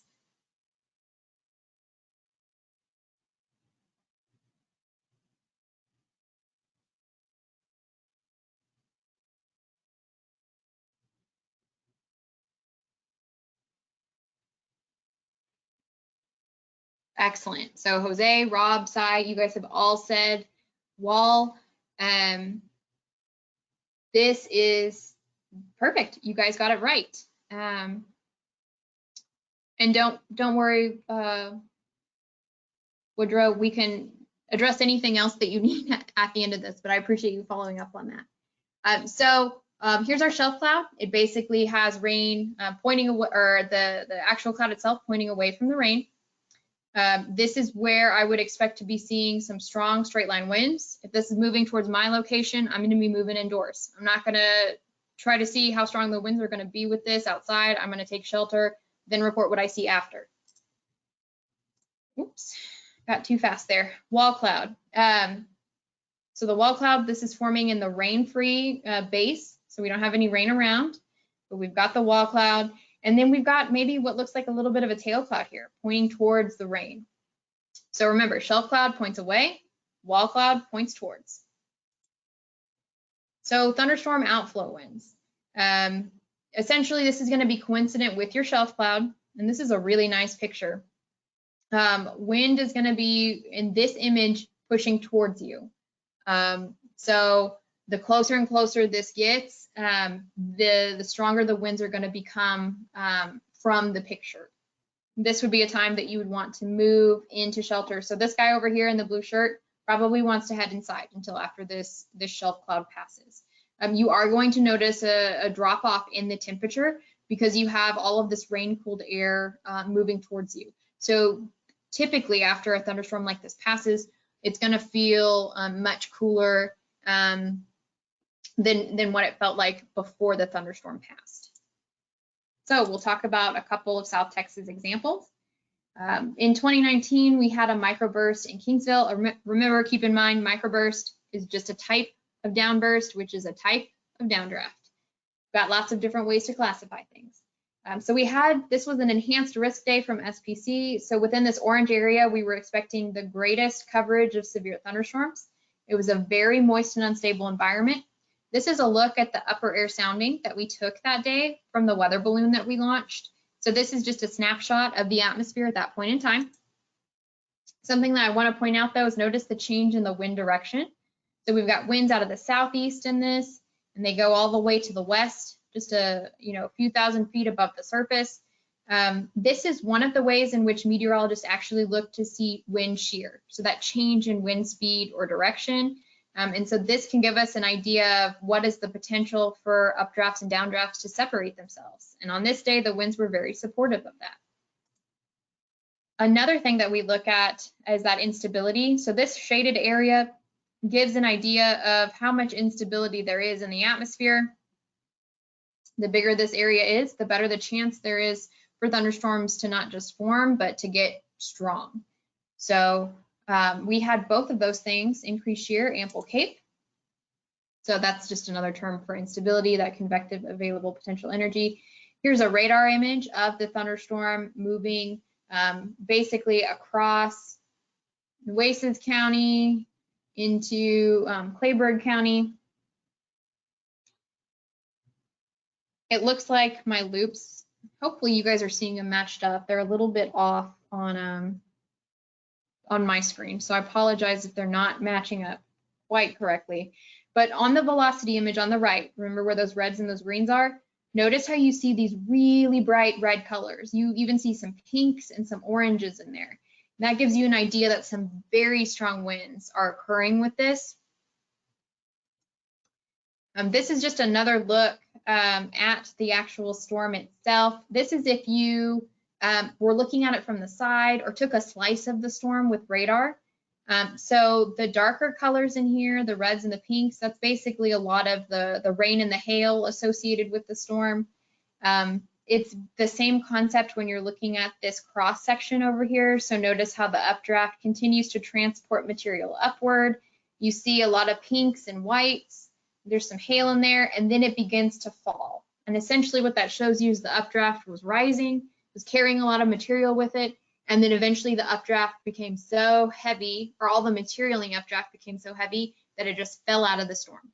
And the really quick drops is what produces those downbursts. So there was a damage survey that was done. It was ruled to be a microburst. So remember, a much smaller area was affected with 80 to 90 mile an hour winds. So winds stronger than Category 1 hurricane strength. So stronger than that, 74 miles an hour. The path length was about 9 miles. Max width was roughly 2 miles. The good news was, though, no one was hurt or killed in this. Now in 2018, we had a squall line move across. You've already seen this image. This was what we showed you for the earlier reflectivity image. But we had a few initial discrete or single storms kind of develop before the line formed, but they were quickly overtaken by the actual thunderstorm line itself. So had a few little cells develop out there, and then everything grew upscale into a line. Had everything from large hail, 60 mile an hour winds, had an 81 mile an hour wind gust across the marine areas, and 3 tornadoes produced. So the first one was in Seadrift. So here's the reflectivity image. You don't see a classic hook echo in this one, but if you check the velocity, goodness gracious, that does look like there is something there. This was an EF1 tornado with a peak wind of 110 miles an hour that flipped several mobile homes and completely destroyed one home in the city. There was another tornado in Holiday Beach. This was an EF0, peak wind of 80 miles an hour. This caused damage to a home that was being rebuilt after Hurricane Harvey. Not quite as tight as the rotation that we saw on the other one, but it certainly does have some strong winds associated with it. And then the final one was a Woodsboro EF0. This one had a peak wind of 80 miles an hour, and this produced some damage to ladder caging at the Woodsboro Farm Co-op. Another thing that we can also detect on radar, but it can be really tough to do so, are water spouts. These typically have very weak rotational signatures. So we have like a little bit of a hook here, but not the same kind of velocity returns that we were getting with those other tornadoes in that 2018 squall line. So this is really where spotter reports can be incredibly helpful. So if you're down on the island or you're visiting the beach and you happen to see something like this, please give us a call. This is another one that occurred near Point Comfort, or really in between Point Comfort and Port Lavaca. I was working in Houston at the time, and I can remember talking to the Corpus office about these storms. This is, again, you don't see a very strong velocity signature with this. So if you're up in the Calhoun County area, we would love to get any kind of reports that you're able to provide. This is another water spout off of Port Aransas. You can see this is a very pronounced one. You have probably the best velocity signature that we've seen with any of these. But again, these cells don't look like very much on radar. So you've got to always take a look at a few different radar products to get a sense of what's going on. But spotters can absolutely help fill in these gaps to let us know, hey, there is something actually occurring out there.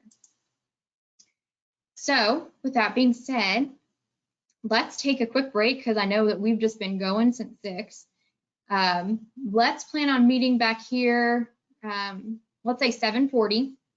So take a few minutes, get yourself a drink of water, and then we will wrap up the second half of this presentation.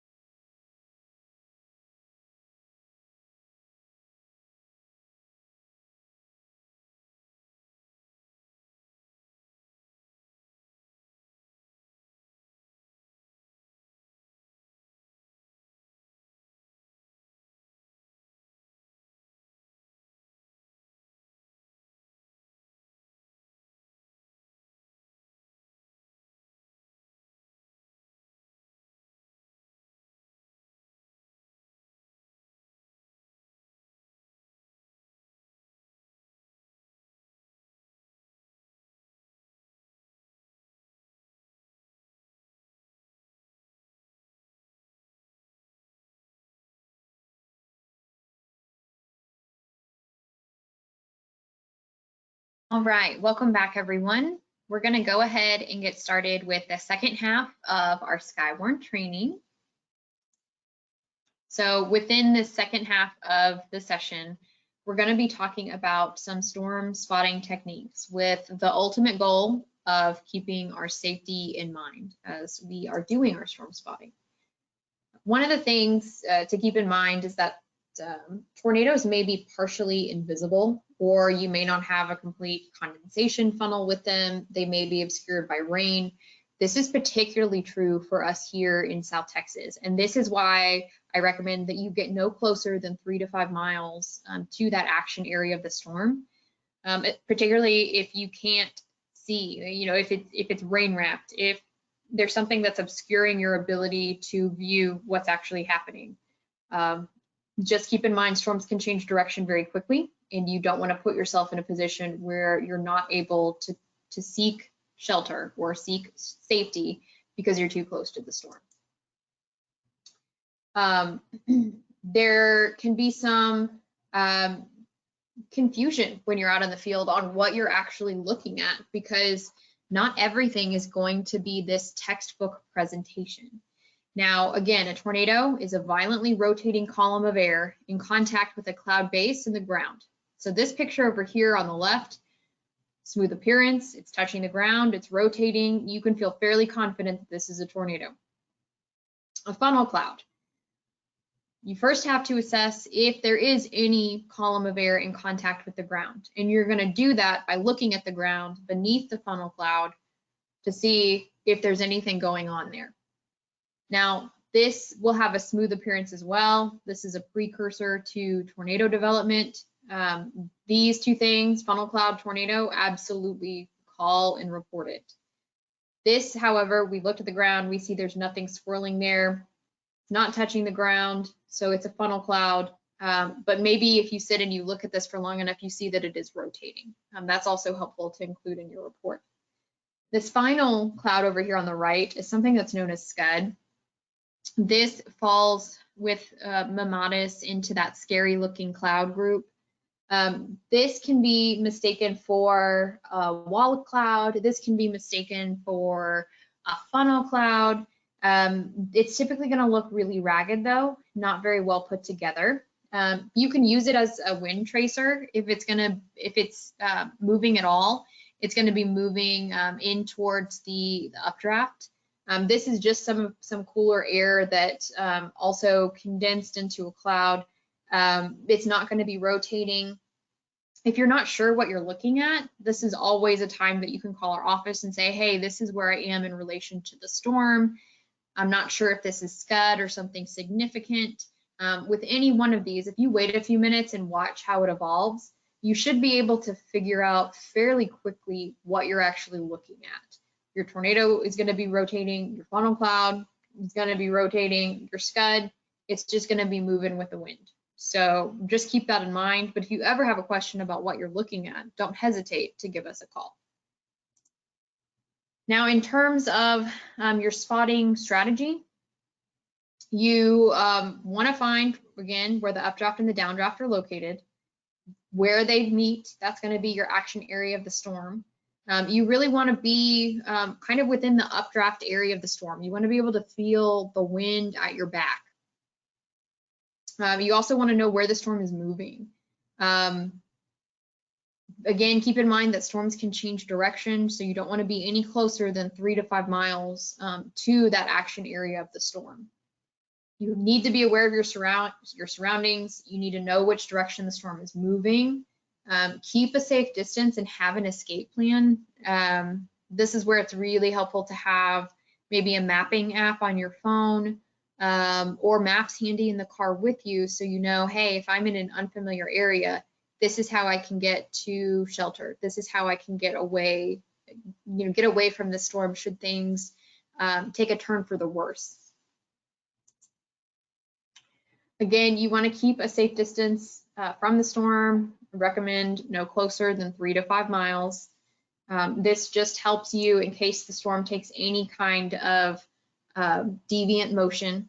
And then I also recommend that you don't spot at night. We get severe weather at all times of the day. But when you're spotting at night, a lot of the times you're just relying on lightning flashes to illuminate anything that you're looking at.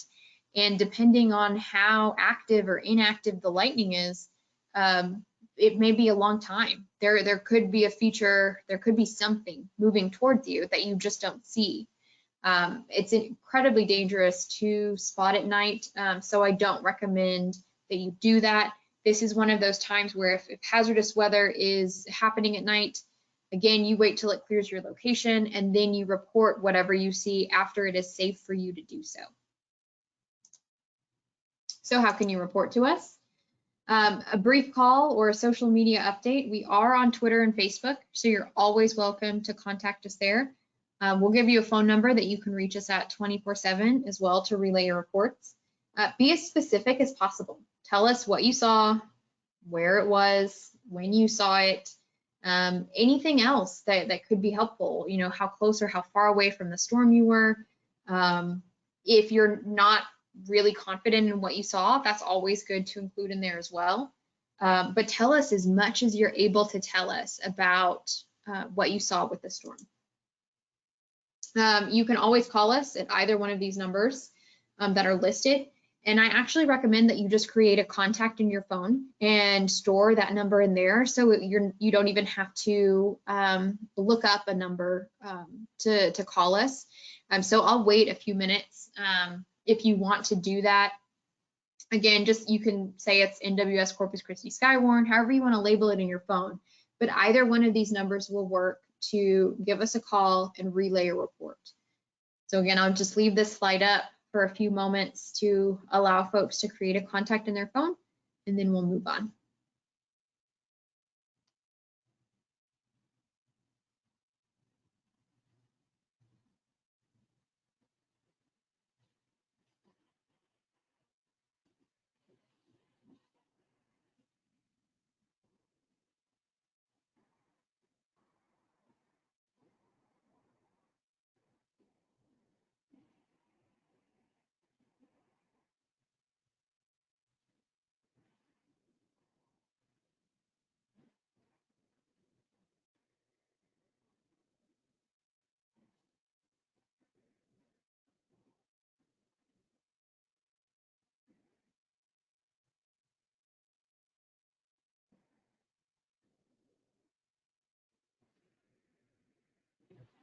All right, this is something we can always go back to at the end of the presentation if you didn't have a chance to get this written down. Another way, again, to reach us is on Twitter and Facebook. You can access us at NWS Corpus. It's monitored 24/7. You can send us reports and pictures. You can direct message us if you don't want to just put it out on your personal feed. But anything that you can send to us is incredibly helpful. Pictures especially, because pictures tell the story, and what you're seeing, if you tweet that to us, we'll give you credit. But it also lets us go out and tell people, hey, you know, this is what this spotter has seen. This storm can do this kind of damage. And it just helps provide that visual confirmation to help keep people safe. You can also tag things under the hashtag CCSpotter. That's also a hashtag that we continuously monitor as well for reports. Another thing that you can put on your phone is something known as MPing. This is something that is a joint project between the National Weather Service and a few other agencies to collect information on what's happening in a certain area. And so it's always anonymous, but you can provide a lot of reports, not just severe weather, it can be snow, anything that you're seeing at your location. But this is an app that you can put on your phone for storm reporting. So how are we going to contact you? Will we contact you? Well, when you registered for this, we actually will put your contact information in our Storm Spotter database. And we actually have an information system that we use to actually call people who are in locations where we either have warnings issued or may have had storm damage.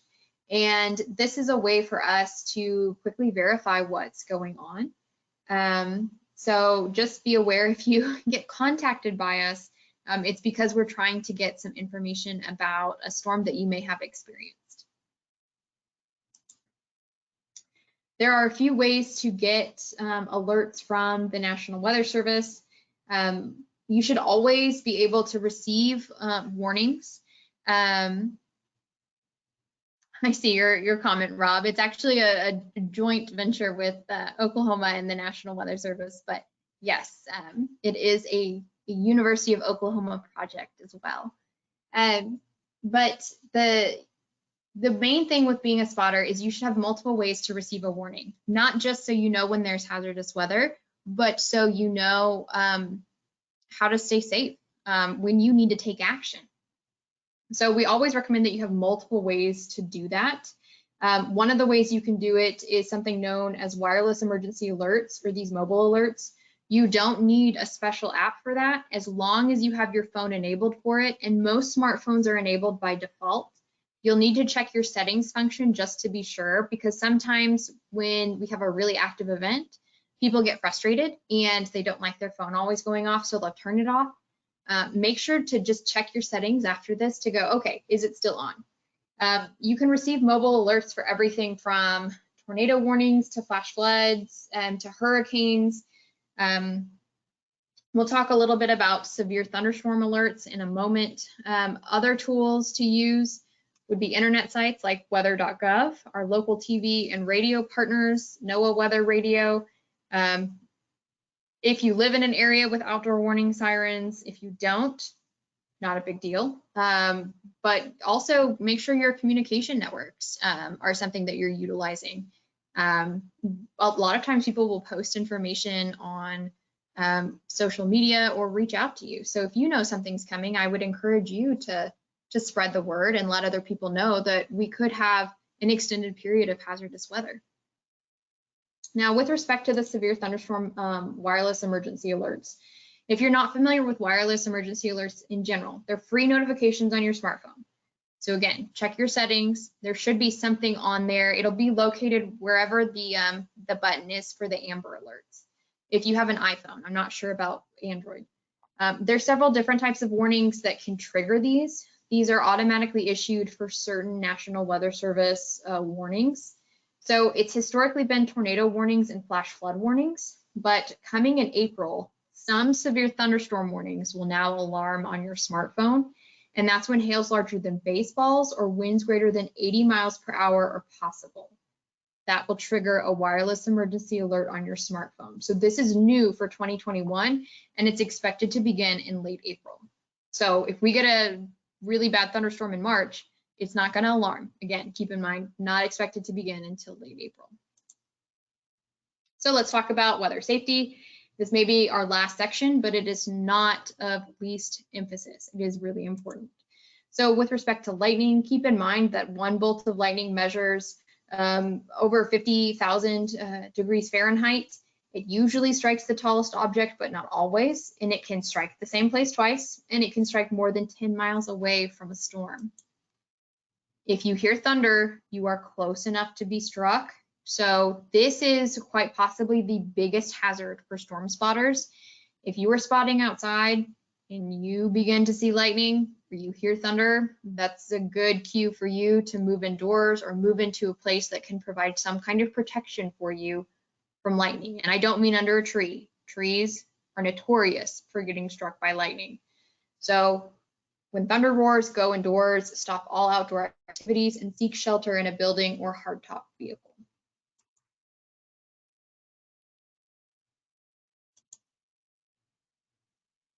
Now, if you're a mariner, I do recommend that you head to land at the first sign of a storm.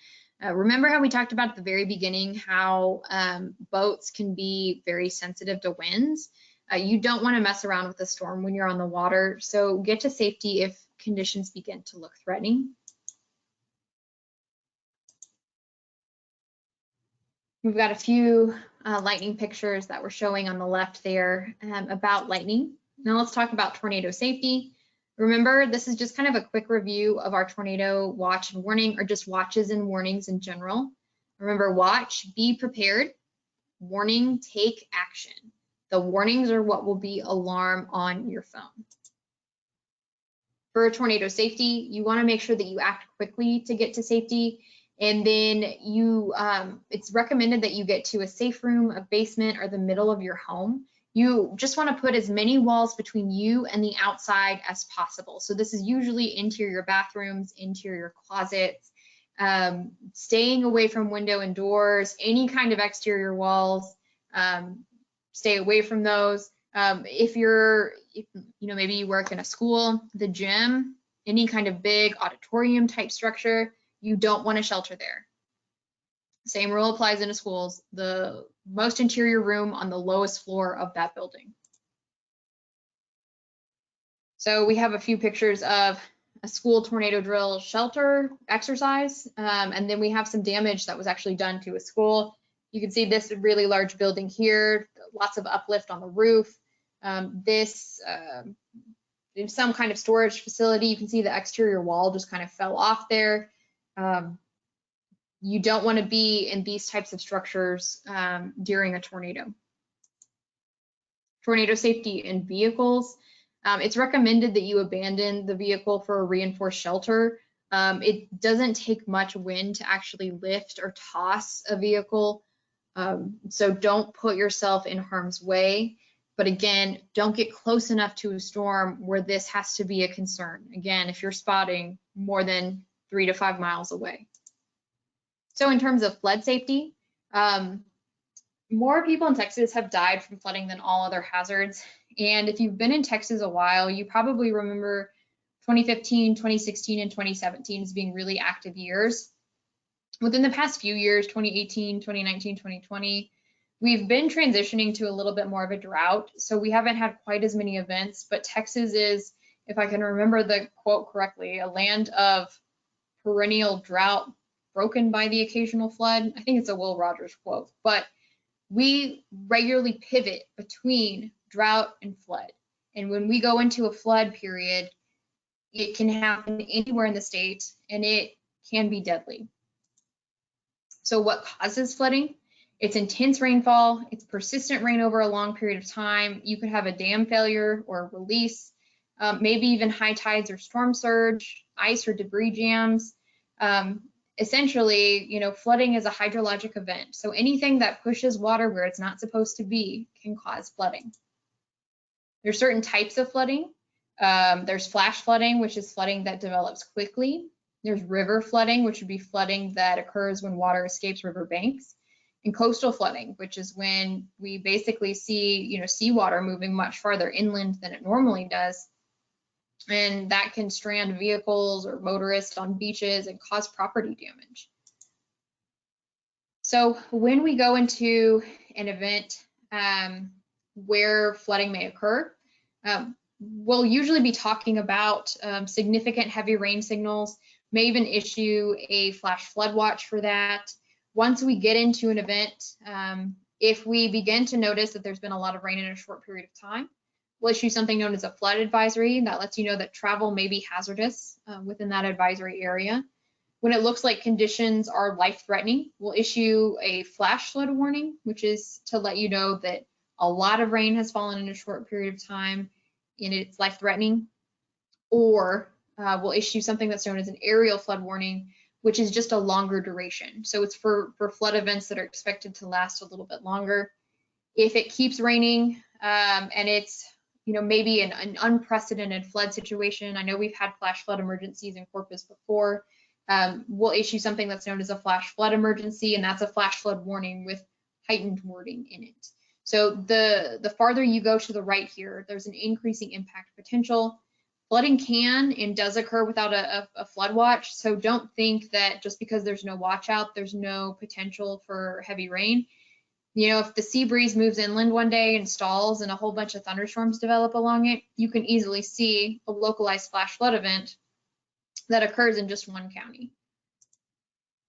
With respect to the phone alerts, the flash flood warnings may alert on your phone if it has a considerable or catastrophic damage tag assigned with it. So those would be like a really high-end event.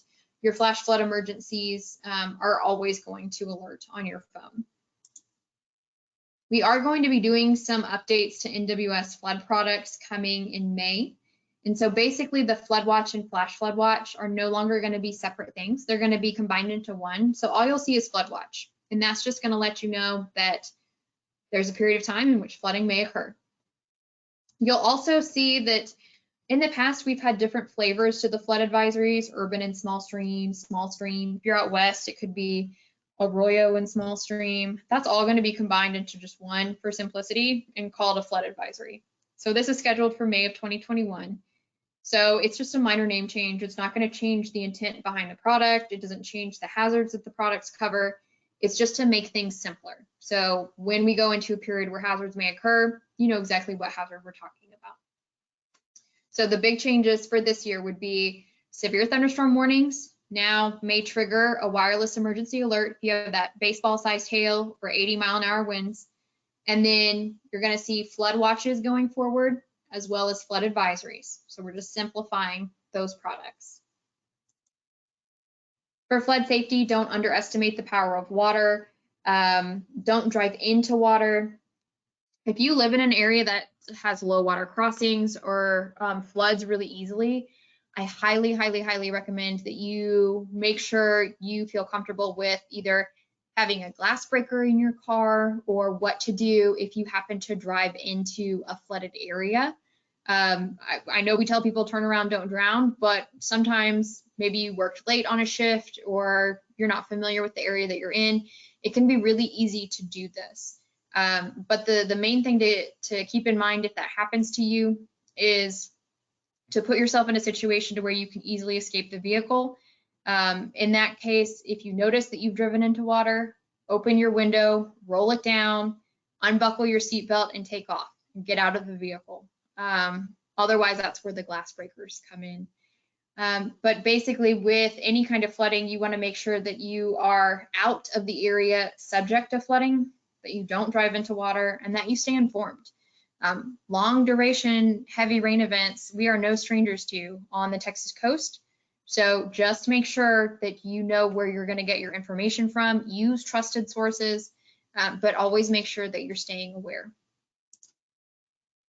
All right, so reporting flooding, what should you report? Rainfall amounts. If you have a rain gauge, strongly recommend that you provide those reports. If you're interested in becoming a CocoRa's observer, you can get a rain gauge through that program. Just visit cocoras.org.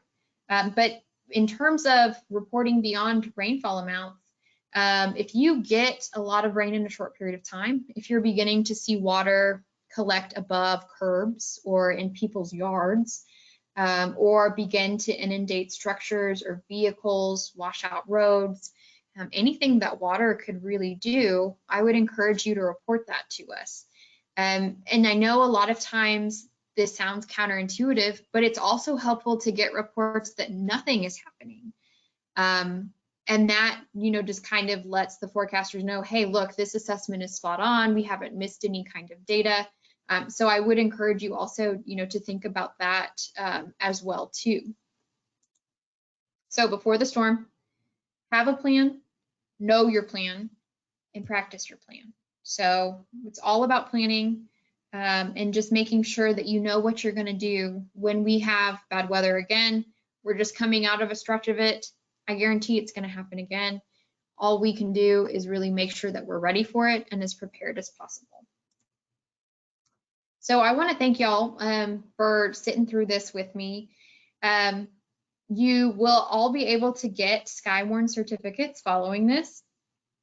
So to get your certificate, just visit weather.gov/CRP/SKYWARN. So it'll be the same web page that you registered on. You'll enter your first name and your last name. You'll enter this password. And if you forget, there actually are handouts attached to this GoToWebinar. So if you click the handout drop-down box, you'll see there's something that says NWS Fort Worth SKYWARN, SKYWARN certificates, and SKYWARN storm spotter training. So the Fort Worth checklist and the storm spotter training, those are just supplemental materials we're providing to help with your spotter training. but that SKYWARN certificates document will have these instructions in it.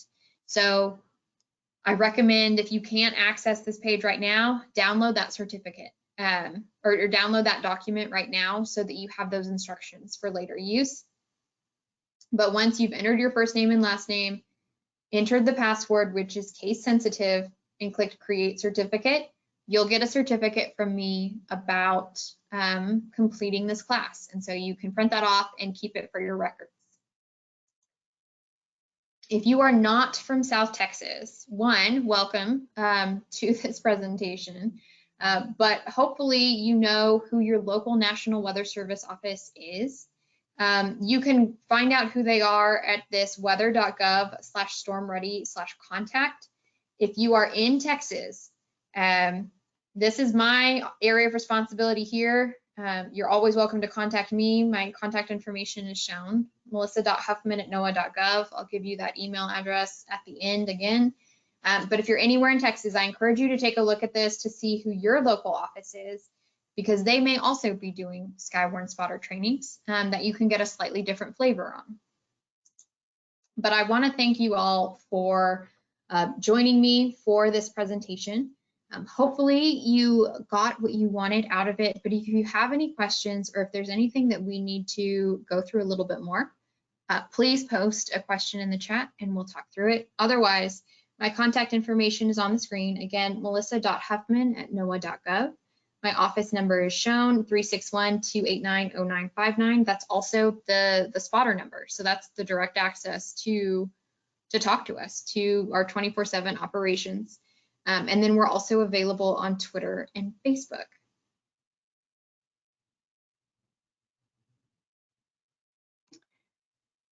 So I did have some questions come in.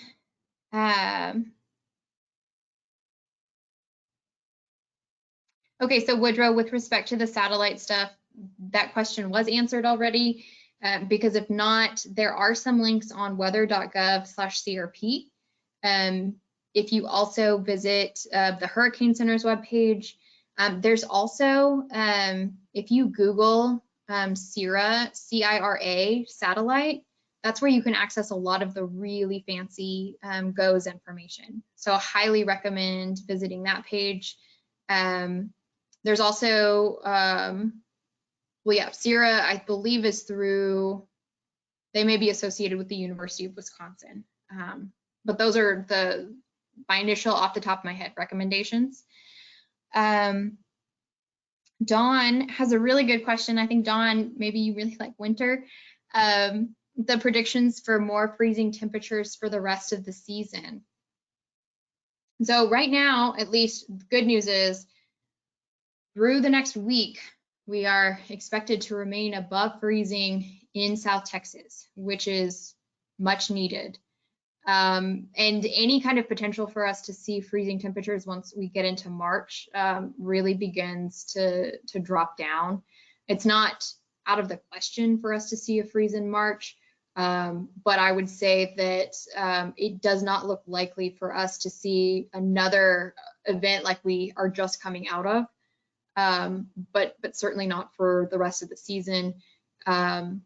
The overall trends would be for us to get a little bit warmer as we continue to go through the late winter into the early spring months. So hopefully that was a little bit of good news for you. Right now, there's not a super strong freezing signal in any of the guidance that I've looked at today for the next few weeks. Otherwise, I want to thank y'all. I know this talk can be a lot to get through. Y'all all stuck it out with me. Make sure that you have your certificate information. If you have any questions following this, you can email me on that.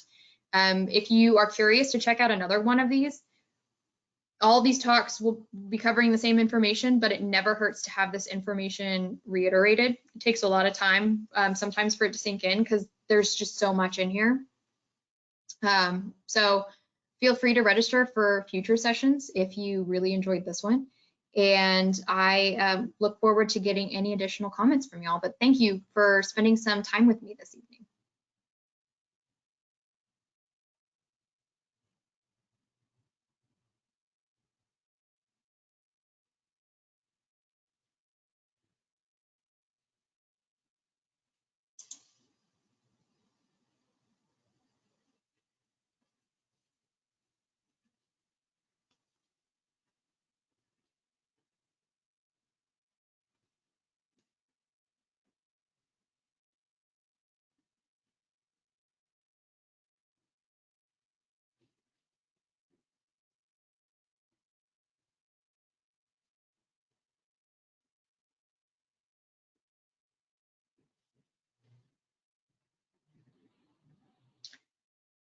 I see your question about the spaghetti models, Dawn. My personal recommendation, I know that they're out there and I know people are going to use them, but they can be incredibly difficult to interpret. And they can actually give people a false sense of security. So my recommendation, you can always just Google hurricane spaghetti models. The National Weather Service doesn't have any web page where we display this information. And my recommendation is if you're going to use that, make sure that you're having someone who is well versed in how to read them, also provide input on what they're actually saying. So you can always Google it, but my recommendation is to not just view them alone, that it always helps to have someone who is used to using them explain what the output for that model cycle is really showing and what could be affecting it.